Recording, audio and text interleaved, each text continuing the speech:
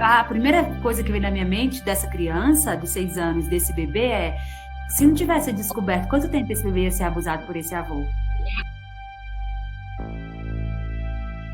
Oi! Tudo bem? Tudo bem, Carol? E você? Tudo ótimo. E aí, Bom. como você tá? Quero te agradecer, viu? Agradecer que você ter aceito o meu convite mais uma vez, né? Ano passado a gente conversou, agora esse ano de novo, porque esse assunto tem que ser falado, né? Para a gente saber como orientar nossos filhos mesmo contra o abuso sexual, né? E o que fazer.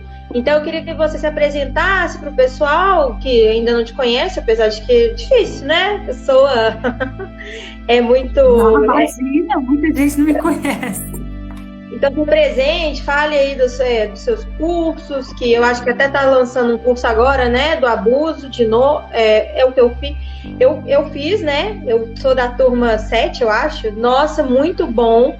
E assim, agora conhecimento, né, é tudo na vida. Então, se apresente, fale aí um pouquinho do seu trabalho para o pessoal.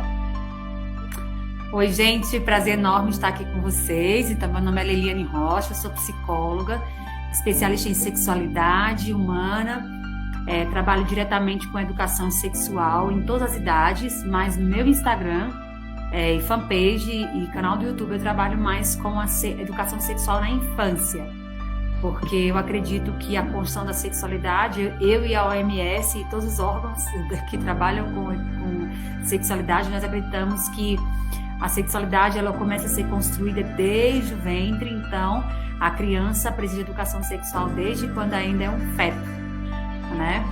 E a gente tem essa proposta que a sociedade entenda a urgência da educação sexual para traz vários benefícios para a criança, para o seu desenvolvimento saudável, emocional e sexual, e também para a prevenção ao abuso, né? Então esse é o nosso propósito aí, e vamos falar um pouquinho sobre isso hoje aqui. Eu separei umas perguntinhas só para guiar a gente aqui, porque assim, é um assunto que se deixar, ele emenda uma coisa na outra, que, né, vai virando, o pessoal pode ir perguntando também, quem tiver dúvida, né, Leiliane, que a Leili vai respondendo aqui. Mas a primeira coisa que me chamou muita atenção no curso, assim, é que quando a gente fala de prevenção ao abuso, quando a gente fala de educação sexual, não é nem de prevenção, não. Quando a gente fala de educação sexual na infância, muita gente se assusta, fala, o quê? Você tá falando que eu vou ensinar sexo pro meu filho, né? Vem aquela galera que é contra e tudo.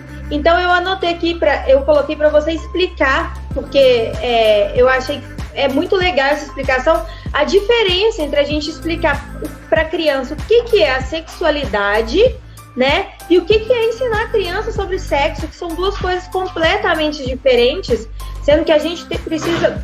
A educação sexual ela é feita... Oi! A educação sexual é feita através de ensinar a sexualidade, né? O que é a sexualidade, como a criança vai lidar com ela. Então, eu queria que você trouxesse essa diferença para já quebrar esse mito aí de que educação sexual é ensinar a criança a fazer sexo, hein? Exatamente, ó. Eu sou super contra a educação sexual, algumas educações sexuais por aí, eu sou contra também. E super entendo as pessoas serem contra a educação sexual que realmente tira a inocência da criança, uma educação sexual que traz conteúdos inadequados à idade da criança, uma educação sexual que foca só nos órgãos genitais, uma educação sexual que mexe com os valores da família.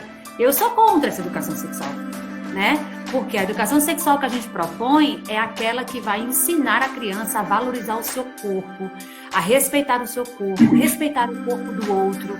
É uma educação sexual que vai ensinar a criança, inclusive, a lidar com suas emoções relacionadas à sua sexualidade. E quando eu falo em sexualidade, eu não estou falando sobre sexo, tá, gente? São coisas bem diferentes. O sexo faz parte da sexualidade, mas não da sexualidade infantil. Então, aqui tá a sexualidade infantil, tá? O sexo tá aqui fora. Ok? Então, na educação sexual, eu não vou estar falando de sexo com a criança, olha, quando você crescer, você vai fazer isso e tal.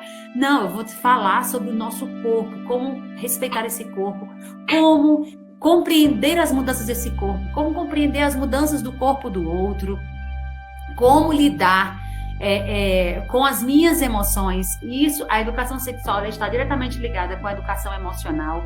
Não existe educação sexual sem educação emocional. Por quê? Porque a criança, ela está nesse processo de desenvolvimento emocional, ela está na idade, né, a infância, principalmente a primeira infância, é justamente essa fase de construção das bases emocionais e bases sexuais. Por isso que as duas têm que andar juntas. Então, a educação sexual que a gente defende é essa educação sexual que ensina a criança a se amar, desenvolver sua autonomia corporal, sua autonomia emocional, né, a partir da dependência saudável dos pais. É essa educação sexual que defende ensinar a criança a se proteger do abuso. E isso não é tirar a inocência da criança, é tirar a criança da ignorância. Porque tem criança que não tem nem noção de como é proteger o seu corpo. Então, se te oferece uma educação sexual fora disso, não é educação sexual adequada à criança. Porque a educação sexual, de fato, ela vai respeitar o desenvolvimento físico, emocional, cognitivo e psicológico da criança. Cada idade vai ser uma forma diferente de abordar a educação sexual, de abordar a prevenção ao abuso, porque a gente vai levar em consideração essas etapas, essas esferas de desenvolvimento da criança em cada etapa da sua vida. Tudo, né? Eu acho que a gente tem mania de querer tratar as crianças igual mini adultos, né? Sendo que não tem muita lógica. Então, a gente precisa saber conversar com a criança a cada idade, igual você falou no início. A educação sexual ela começa desde o feto. Então, ensinar para a criança os limites, que na hora de uma troca de fralda, na hora de manusear o corpinho dela, explicando, olha, eu vou encostar aqui, mas essa parte, e já ir comunicando, né, Leile? Pode falar, Leile? Sim. Oi! Então, é exatamente isso. Começa no ventre mesmo, porque tanto esse ventre, tanto esse bebê que está no ventre, como esse bebê que nasceu, a gente já pode direcionar nossas palavras de forma respeitosa. A gente já pode, sim, apresentar a nossa satisfação por esse bebê estar vindo.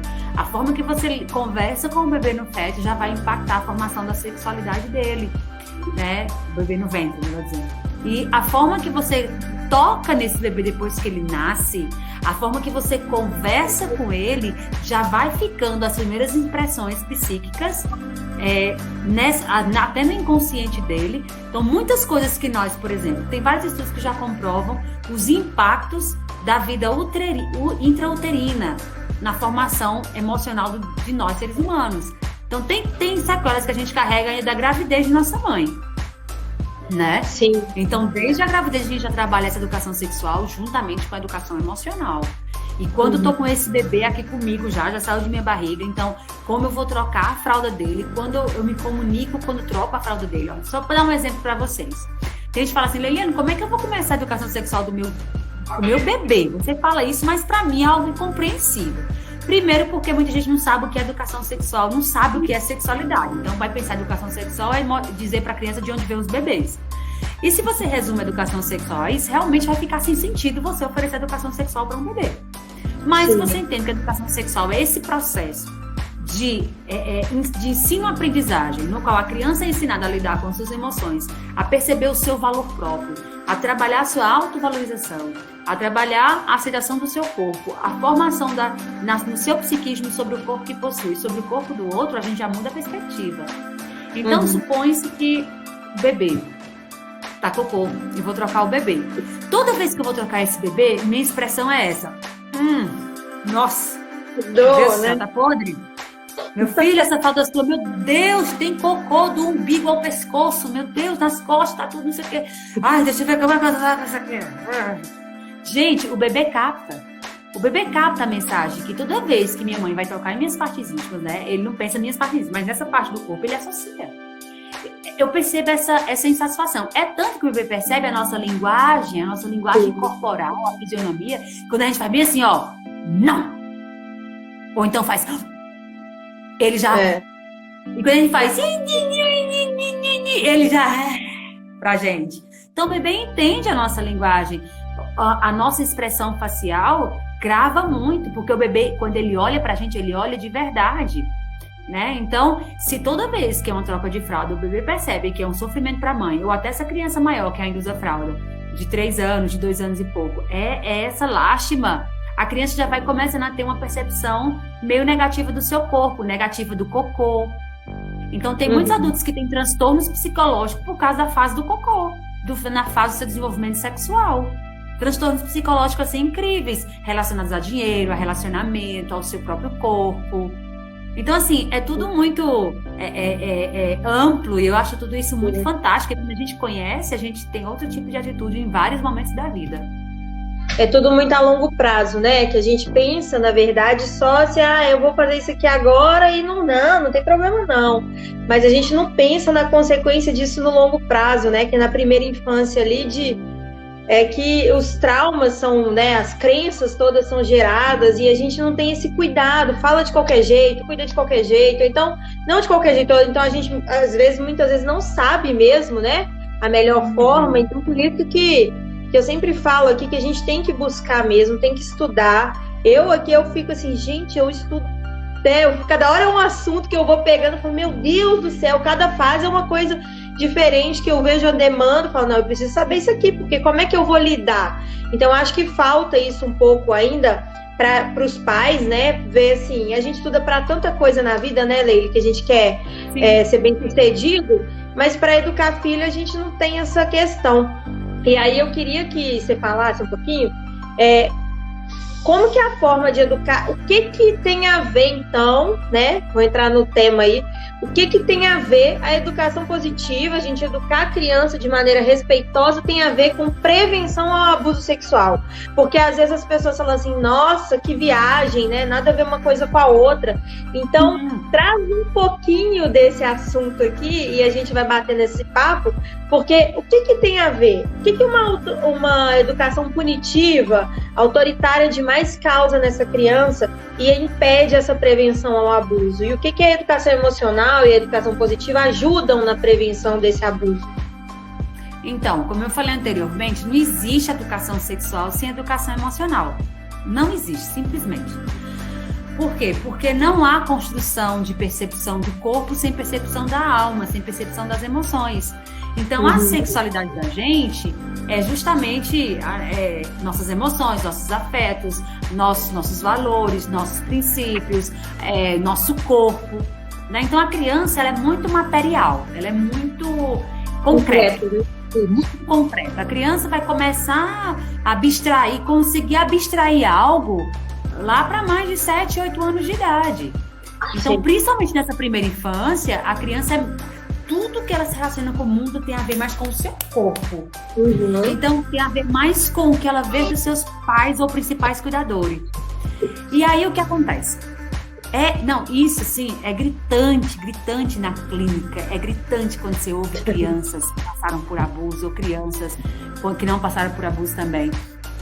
Quando a gente se depara com pais que têm uma educação mais autoritária ou permissiva, a gente percebe o espaço enorme que abusadores sexuais têm na vida daquela criança, né?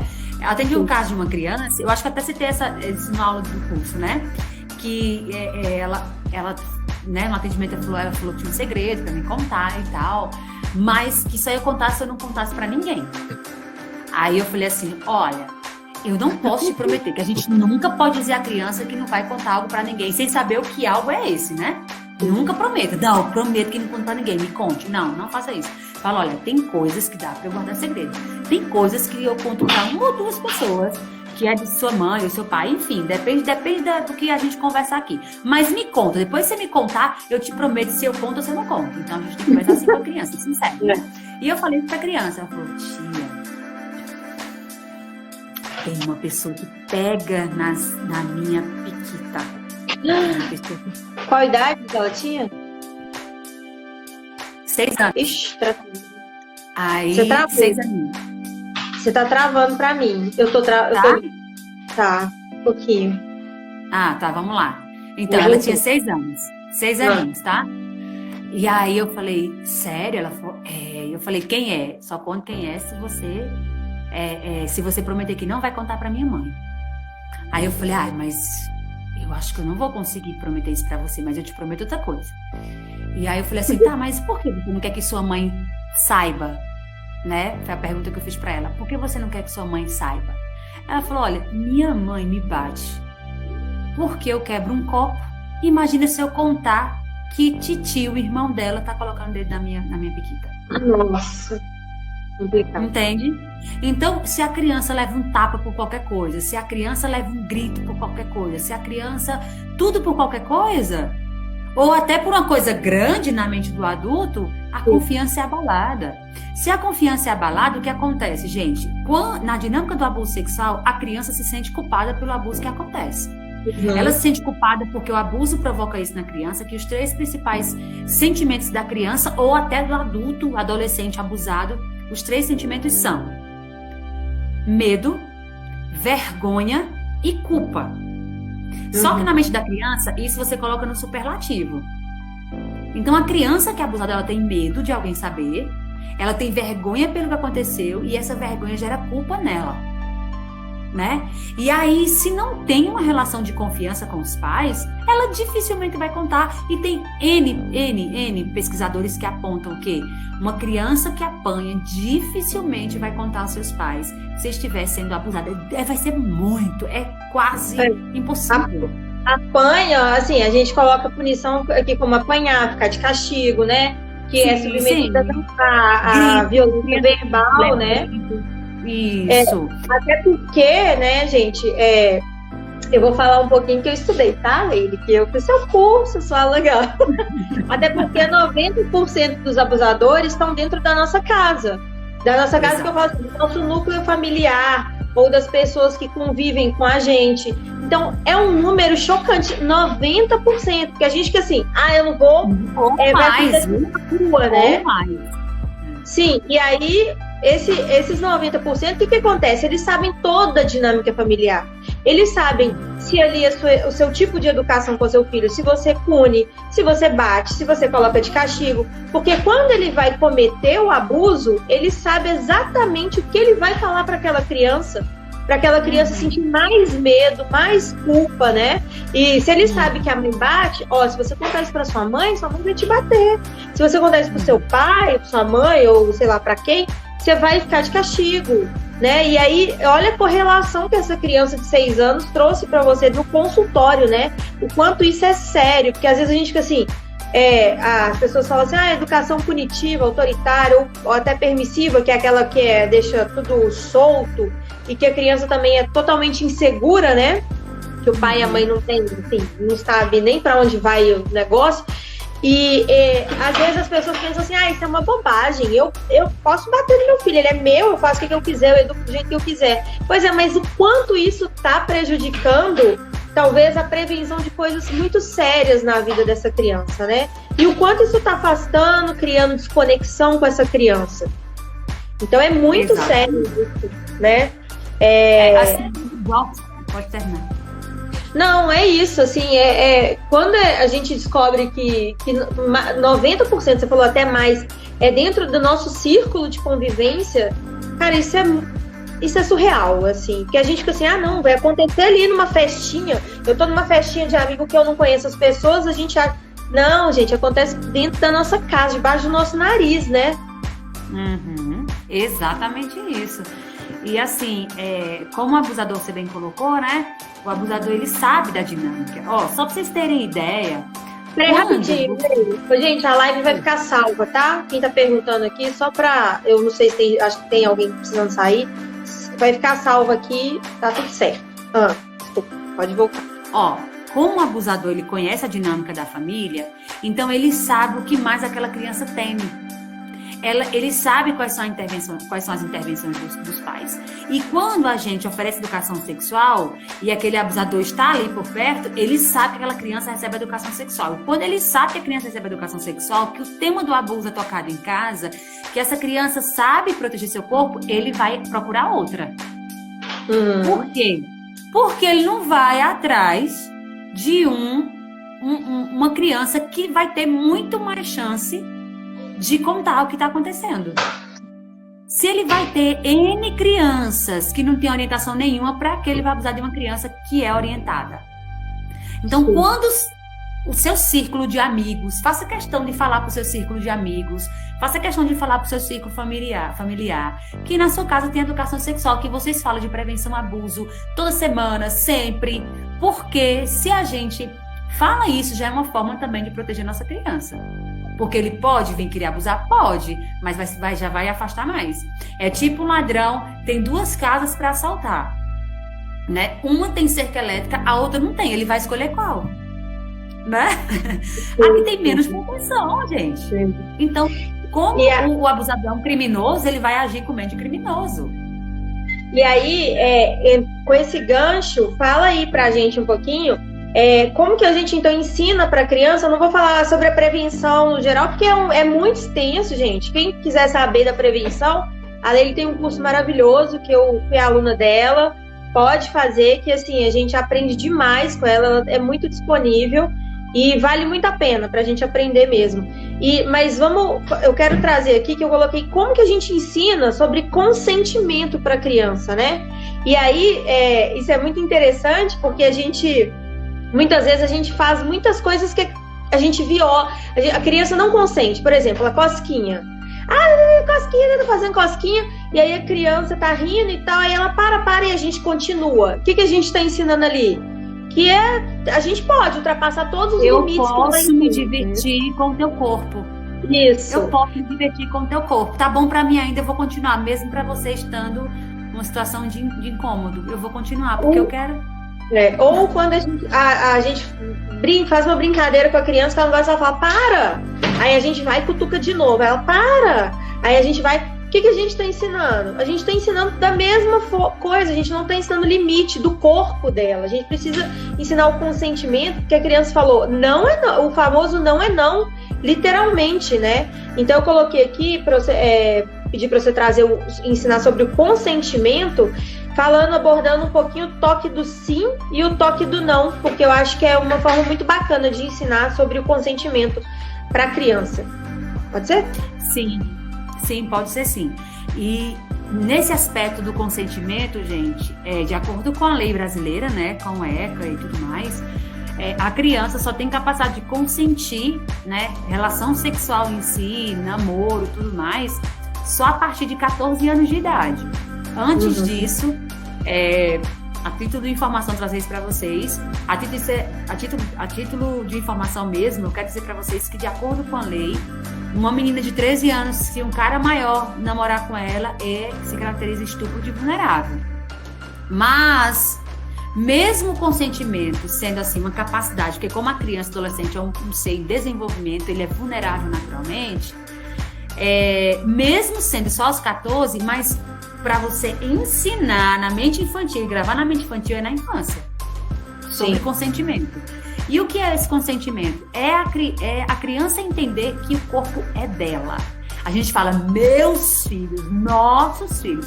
Os filhos são nossos porque nós parimos e fizemos, mas eles são deles. Agora, então a criança vai fazer o que quiser com seu corpo, se a criança quiser usar essa roupa, usa, se não quiser, se quiser colocar pince, coloca, pintar o cabelo. Não é isso que eu tô falando pra vocês, não é oba-oba. Mas a gente entender que teu corpo, o meu corpo é minha morada, o corpo do meu filho é morada dele, é a casa dele. Entende? Então a gente primeiro tem que definir isso aí. Olha, você é meu filho, eu faço com você o que eu quiser. Não, isso é abuso de poder. Tá? Não é o que você quiser, não. É com o respeito que a criança merece ser tratada. Trate sua criança como você queria que seus pais te tratassem na infância. O que você sentia quando alguém fazia cosca em você? Tem criança que chega a vestir na roupa, a engasgar, e aí só porque tá sorrindo o adulto continua. Não, gente.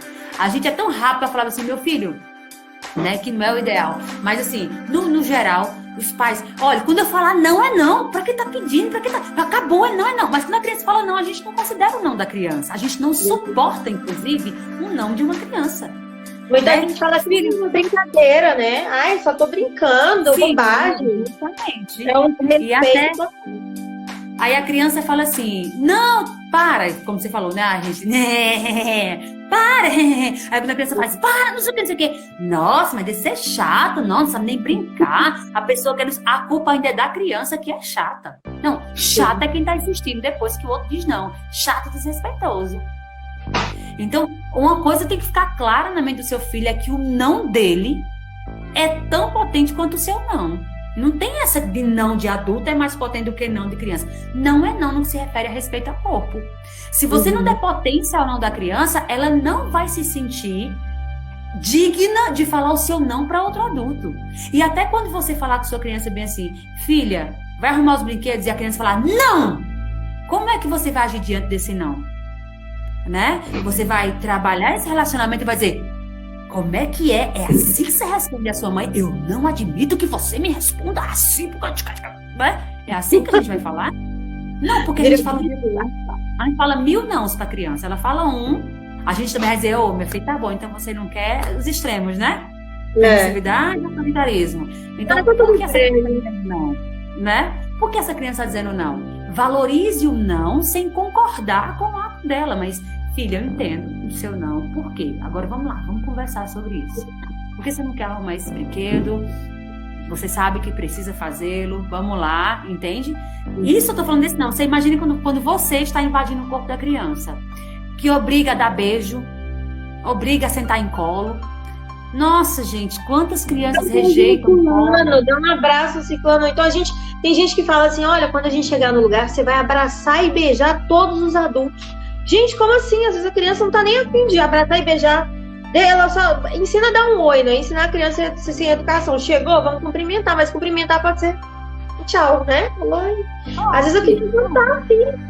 Ela vai se ela tiver afim. A gente tem mania, mas é o vovô, senta no colinho do fulano. Gente, a criança não quer. E se ela não quer, alguma coisa, né? Não significa, pode não significar nada, mas pode significar alguma coisa também, né? Até teve uma pessoa que falou aqui assim, ó, peraí.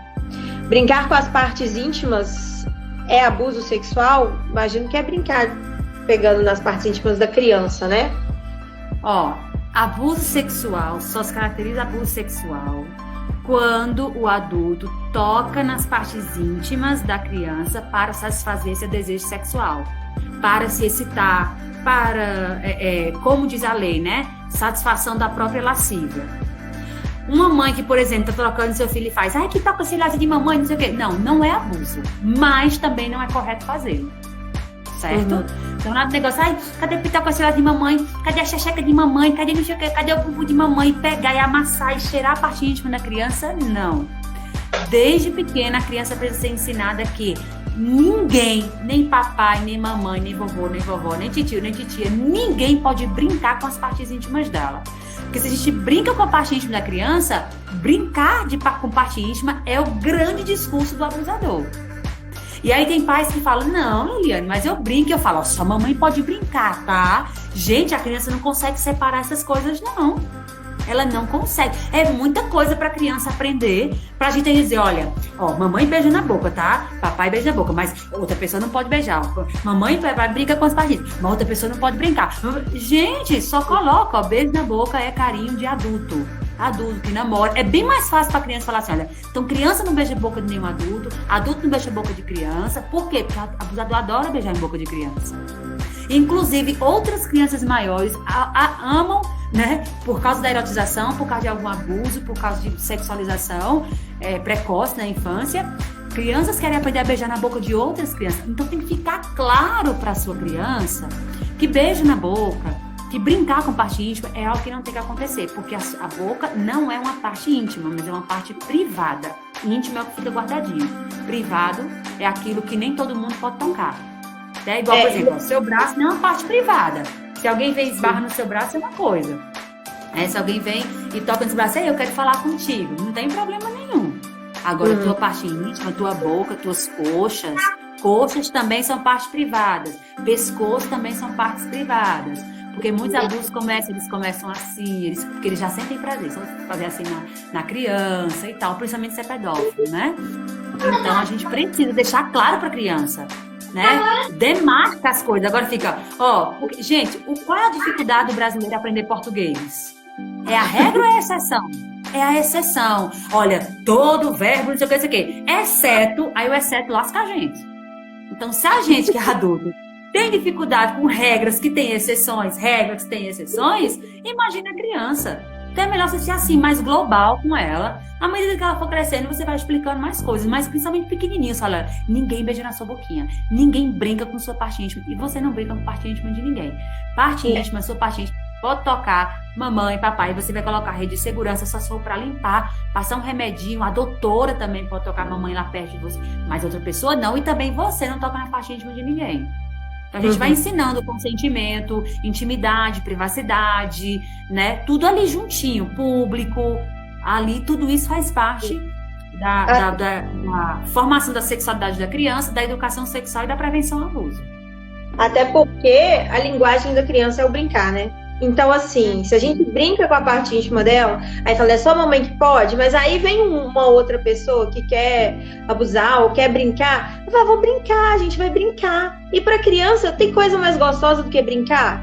Não tem. A linguagem da criança, gente, se a gente quiser conectar com uma criança, se a gente quiser trazer a criança para perto da gente, fazer ela, o rapport com ela, né? Tipo, fazer ela, primeiro a gente conduz, para depois a gente pedir, solicitar alguma coisa, senta para brincar com essa criança.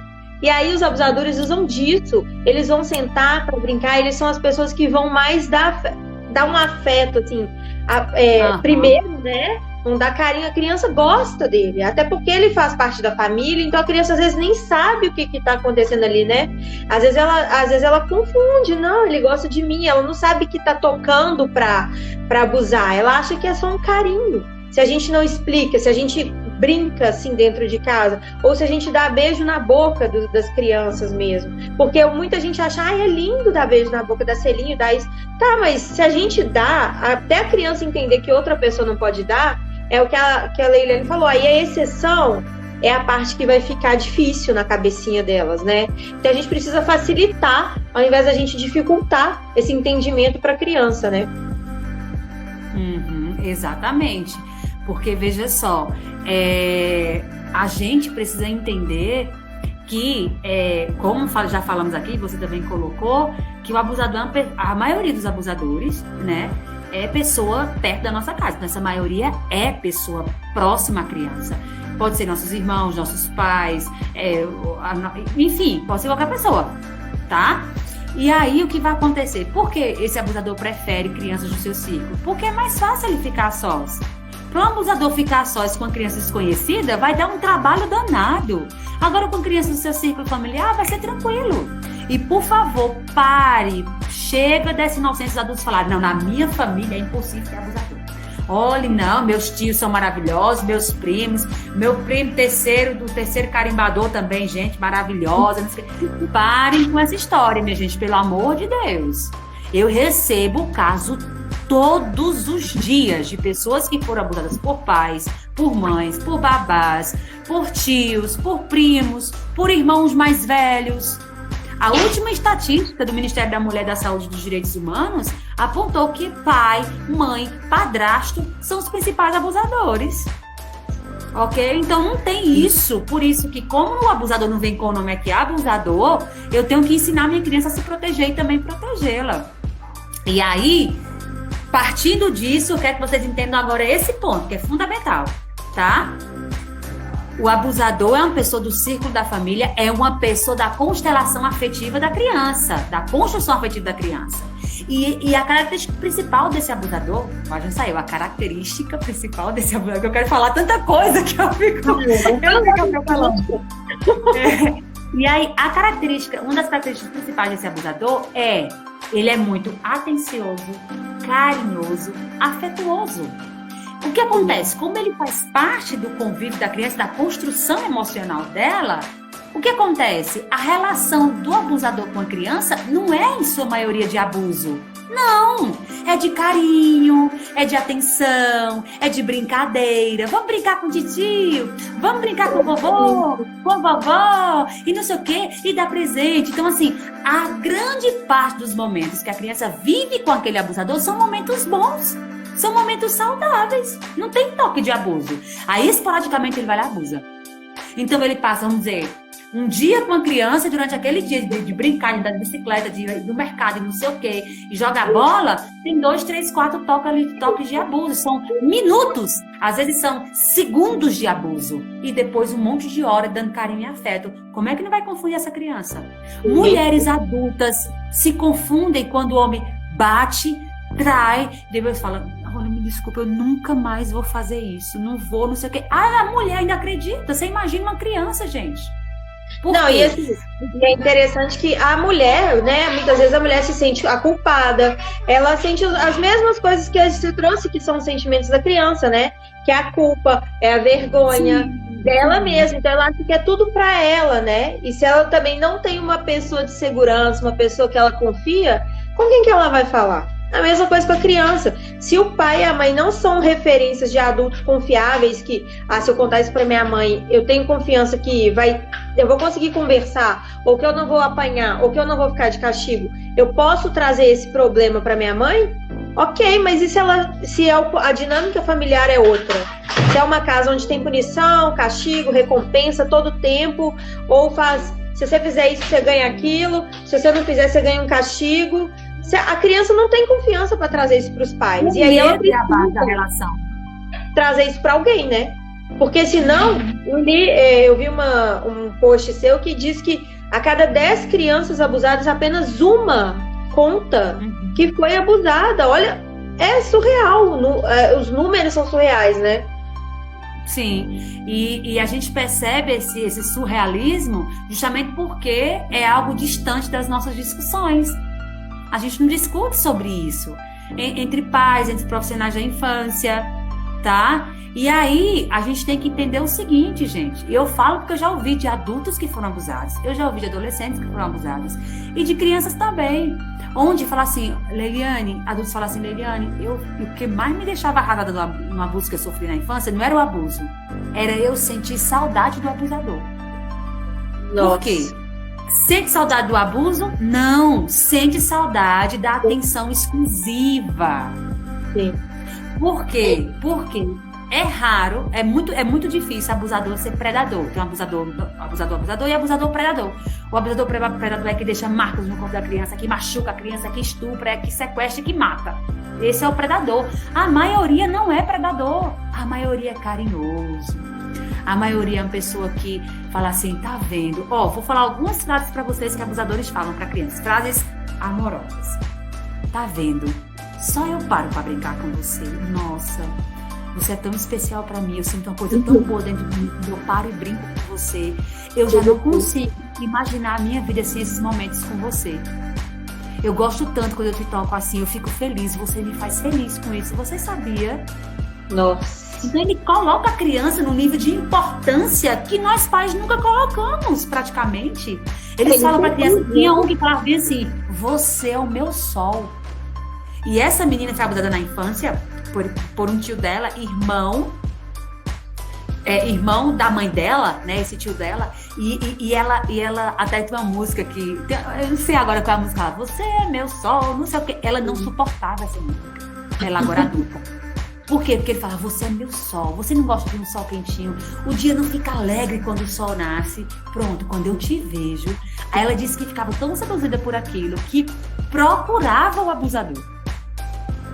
Ele chegava e ela chamava, titio, vamos lá para trás, porque era quando tinha essa atenção plena e tinha os toques. Agora, por quê? Porque a criança facilmente confunde carinho abuso com afeto, e afeto com abuso. Por quê? Porque o abusador mistura tudo. Ele brinca, faz não sei o que, pá, toca, abusa aí. Faz não sei o que, conversa, enaltece a criança e diz que é tudo na vida dele, que não sei o que. Aí pá, toca, pede que ela toque. Então assim, não é toca, pá. Não, gente, é um jogo de sedução incrível. E os primeiros a serem seduzidos, sabe quem são? Os pais. Abusador sempre seduz primeiro os pais para depois seduzir a criança. E você, pai e mãe, não percebe que está acontecendo tudo isso. Não percebe. Por quê? Por que a gente não percebe, gente? É porque é nosso irmão, é nosso pai, é nosso avô, está abusando? Não. É porque a gente não estuda sobre. A gente não sabe identificar se a criança está sendo abusada, a gente não sabe sintomas e sinais, a gente não conhece comportamentos suspeitos de abusadores. Até no outro workshop que eu fiz em março, eu fiz em maio, melhor dizendo, eu fiz um workshop em maio, que agora eu terminei de fazer também o gratuito, o workshop, né? Há uma semana e meia. Mas no workshop, foi de maio ou foi de março? É porque eu não lembro agora. Tanto caso chega para mim, tanto feedback dos workshops, mas teve um que me chamou a atenção. De uma mãe que todo dia passava na casa do seu pai, da sua mãe, quando pegava a sua criança voltando da escola e tal. E aí ela disse que ouviu uma live minha, né? Ouvi uma live minha que eu falava como identificar comportamentos de abusadores e pedófilos. Uma live. Nessa live eu coloquei 10% do que eu dou na aula do curso de vocês, né? Pra vocês, Carol. Mas eu trouxe, assim, muita coisa nessa live, né? E aí... A gente tem que tomar cuidado, gente, porque senão a gente começa também a querer olhar todo mundo como abusador. E não é isso, né? Eu tô vendo o pessoal aí, tá um monte de gente perguntando, e assim, infelizmente a gente não tem tempo para responder tantas perguntas. A gente até gostaria, né, Ney? Mas assim, a gente tem que ter um cuidado, porque à medida que vai falando as características dos abusadores, e que são do círculo familiar, e que dão afeto, a gente já fica assim, fulano, ciclano, beltrano. Mas a gente precisa também ter um outro olhar, falar assim, não, peraí, deixa eu filtrar, tem que ter um filtro, porque senão a gente começa a ficar neurótico também. Então porque a questão não é ir à caça dos abusadores, é preparar a criança para se defender e saber se defender. A gente não é generalizar cuidar da criança, né? É aprender o que fazer para prevenir esse abuso dentro da sua casa, com seus filhos, o que ele vai fazer se alguém tocar nas partes íntimas dele, o que ele precisa saber sobre intimidade, privacidade, parte íntima, parte privada, enfim. É isso tudo que a Eliane ensina no curso dela. Então, assim, a gente tem que ter esse cuidado também para não ficar, assim, neurótico, porque igual alguém escreveu assim, não dá para confiar em ninguém. Não dá, mas também a gente não pode achar que todo mundo é abusador. Desculpa te contar, mas só eu vejo que isso é um medo muito grande, sabe? Quando a gente começa um pouco a ter contato com esse assunto, isso é uma das coisas que a gente começa a ficar, sabe? No início a gente fica um pouco assim, né? Eu acho que é normal. Sim, é super normal, porque é uma realidade que, primeiro, o abuso sexual é uma das maiores dores da humanidade. A ONU, a Unicef, eu li algo assim, qual foi com a Unicef, que é uma das maiores dores da humanidade, porque ela é silenciada. É uma dor que ninguém quer saber e ninguém quer falar que sofreu, né? E aí o que acontece? A gente precisa entender que só entra no caminho da paranoia, dessa neurose obsessiva, só quem não tem informação. Porque quem tem informação vai usar a informação não para se apavorar, mas para se empoderar. Sim. Né? E essa mãe, quando eu citei nessa live algumas características, aí eu falei assim, olha, o abusador, ele sempre dá um jeito de ficar sós com a criança. Então ele chama para ir para um parque, para comprar uma coisa no mercado sempre que vê a criança. Ele chama a criança para ver as flores e tal, não sei o quê. Aí essa mãe disse que deu uma dor no coração dela enorme. Uma dor enorme no coração dela, que ela ficou assim apavorada, porque ela tinha o bebê dela 1 ano e 6 meses, se não me engano, 1 ano e 6 meses. E aí ela falou assim, gente, eu não acredito. Mas depois dessa live, no outro dia, porque todo dia, quando ela voltava da creche com a criança, ela passava na casa dos pais para tomar aquele cafezinho ali no final da tarde, dar a benção pro pai, pra mãe e tal, não sei o quê. E aí ela veio pra mim assim, desesperada, e falou assim, Eliane, todo dia, religiosamente, eu chegava na casa do meu pai falava assim, vamos ver a lua com o vovô. Então, na live, você tem as flores, né? Aí ela falou, nossa, meu pai sempre pega. Não, mas é minha cabeça. Mas ela disse que aquilo ficou latejando na cabeça dela, entendeu? E aí, quando foi no outro dia, quando o pai dela, né, pegou a filhinha dela, ela rodeou pelo outro lado da casa e ficou paralelo, assim, brechando. Foi quando viu o pai enfiando a mão, assim, na fala da criança e rodando, assim. Foi. E ela falou, mentira, eu não tô vendo isso, eu não tô vendo. Na mesma hora ela volta e chama o marido dela. Vê se eu tô tendo visão. E o marido dela olha lá e vê. Mesma coisa. Só que os dois não acreditaram. Foi um estado de choque enorme que eles não acreditaram. Então, no outro dia, eles decidiram filmar para depois eles assistirem e verem de fato. E eles filmaram. E mandaram para mim o vídeo, inclusive. Né? Nossa, eles mandaram tiveram né? Foi. Uma informação. Ela não saiu. Ela falou, deu aquele plim na cabeça dela.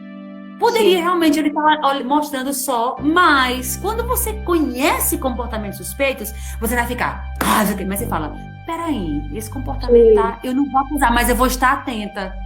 Sim. Sai um véu de seu olho. Então, por isso que a gente precisa de, não tem como, igual sempre afirmo, porque os especialistas do mundo, todos que eu já estudei até agora, inclusive Unicef, inclusive Childhood, que é uma grande instituição no Brasil, SaferNet e tudo mais, grandes organizações governamentais e não governamentais, apontam que não tem como proteger a criança do abuso sexual sem conhecimento, sem informação, assim como não tem como educar uma criança saudável emocionalmente sem conhecimento, sem estudar, não tem como, gente, não adianta, não tem atalho, o caminho é buscar conhecimento e conexão com a criança. Sem isso, a criança sofre muito mais risco de abuso, infelizmente, né? Por isso que eu me dou todos os dias no Instagram. Fiz uma semana com 10 lives, duas semanas, né? Foram 20 lives em 2 semanas, dando conteúdo, dando informação para todo mundo, porque cada semana chega, Leliane, descobri depois que eu assisti essa live sua, Leliane, descobri depois que vi esse post seu, Leliane, descobri depois que estou fazendo seu curso, Leliane, descobri depois que conversei. Os pais têm conhecimento, começam a ensinar para crianças se defender e também podem descobrir. Então, a educação sexual, ela previne e combate. E quando eu falo educação sexual, não é só a criança aprender, é o pai também educar-se na sua sexualidade, porque envolve também toda a educação a gente oferece quando a gente também recebe. Como a gente não recebeu, a gente tem que se dar, né? Nós somos aquela geração que vamos ensinar e aprender ao mesmo tempo sobre educação emocional e educação sexual, porque nós não tivemos adequadas, né? E aí entra aquela questão, né, das pessoas acharem que tudo é bobagem, que tudo é mimimi, que, tipo, às vezes é o que você falou do véu, o véu que a gente tem é assim, eu fui criada assim e dei certo, eu fui criada na base da porrada, do castigo e tô aqui vivo, então eu reproduzo isso. E a mesma coisa, isso não me fez mal nenhum, isso é puro mimimi, eu sofri, tem gente que sofreu abuso e talvez não tem, né? Não tem tanta marca, mas eu desconheço, pensa que não tem, né? Pensa que não tem, ou igual quem apanha e sofreu pra caramba, fala. E é a mesma dinâmica, você fala assim, mas eu apanhei e não morri, tô aqui. Mas é a mesma coisa, a pessoa que te bateu também te deu amor. A pessoa que te abusa também te dá afeto. É essa dinâmica. Não é a gente ficar assim, não, mas eu vou então fazer o quê? Eu vou renegar minha educação, Não, é só tirar o véu e fazer diferente com seu filho. É só, vamos perdoar ali, aconteceu e tratar agora que a gente é adulto e a gente tem consciência e trazer isso tratar para não passar para frente e pra gente se curar também, mas é pra gente ter um olhar assim, bom, então o que eu posso fazer diferente com meu filho? O que eu quero ensinar? Porque a gente também não pode ser incoerente de tipo assim, beleza, eu vou ensinar que eu aprendi com a Leiliane isso aqui. Aí aprendi. Aí vou lá e faço tudo que eu aprendi, as brincadeiras. Mas no meu dia a dia, a minha fala é incoerente com o que eu ensinei. Os meus atos são incoerentes com o que eu ensinei.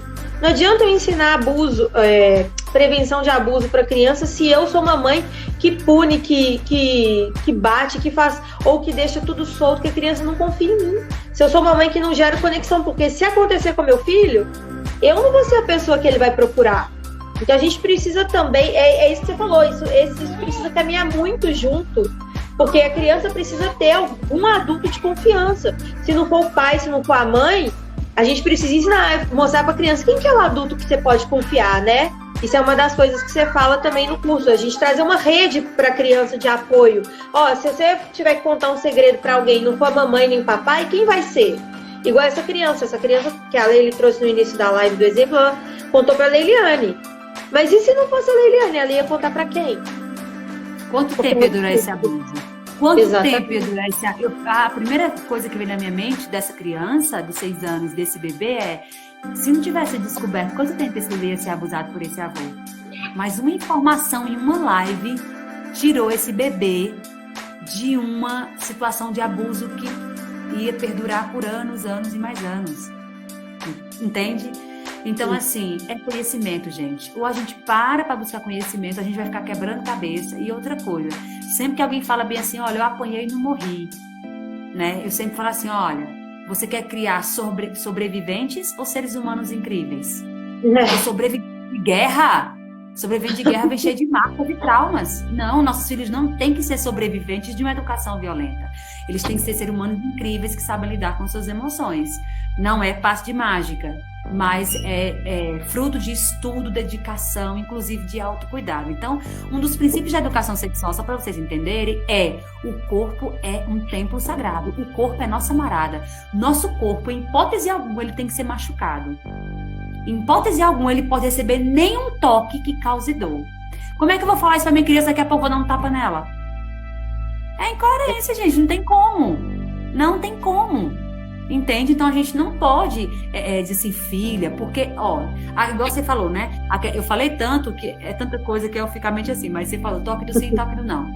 Quando eu vou ensinar toque do sim e toque do não para qualquer criança, inclusive para as minhas crianças, eu não começo com toque em parte íntima, não, gente, porque educação sexual não é você fixar na parte íntima, não. É você trabalhar a corporeidade, a construção da imagem, do esquema corporal. Se você fixa a educação sexual em partes íntimas, sua educação sexual é equivocada e inadequada. Então, o que eu começo com as crianças? Vamos falar toque do sim, toque do não? Um amigo te empurrar, é toque do sim ou toque do não? Você beliscar em um amigo, é toque do sim ou toque do não? Você dá um murro em um amigo, ai meu Deus, isso dói, machuca o nosso corpo, é toque do sim. E a criança vai respondendo. Aí, depois que ela entende como o olho merece ser tocado, como o nariz merece ser tocado, como o pescoço, aí eu entro na parte íntima. Aí pra criança vai fazer um sentido, porque eu englobei as coisas. Não fiquei, a parte íntima, pênis, vulva, bumbum, pênis, vulva, bumbum. Não vai entender, gente. Aí é um negócio meio esquizofrenia, negócio sem ligação nenhuma na mente da criança. Né? Então, como é que eu vou trabalhar toque do sim, que o amigo não pode te bater, não, mas eu posso te bater. Oi? Não, né? Não bem corrente, né? É assim, ninguém pode encostar em você, mas eu posso. Eu posso. Ninguém pode beijar sua boca, mas eu posso. Ninguém pode brincar com a parte íntima, mas eu posso. Não dá, a conta não fecha, Ninguém né? na Terra pode. Então, o que eu falo para os meus filhos sempre, né? E para quando eu vou em escolas. Ninguém na Terra pode bater em ninguém, nem animais. Nem animais merecem apanhar.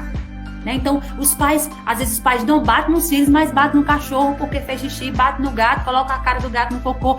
É incoerência. Então, se você não bate no seu filho, mas você bate no animal e o seu filho percebe isso, pode gerar violência no psiquismo dele da mesma maneira, gente. Sim. Então, nenhum ser vivo na Terra merece apanhar. Nenhuma planta. Você imagina o seu filho.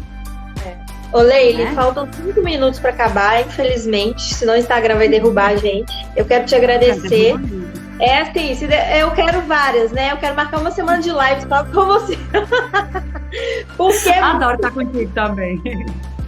Não, é porque é muito bom a gente conversar sobre esse assunto. Você vê que são dúvidas, assim, todo mundo tem.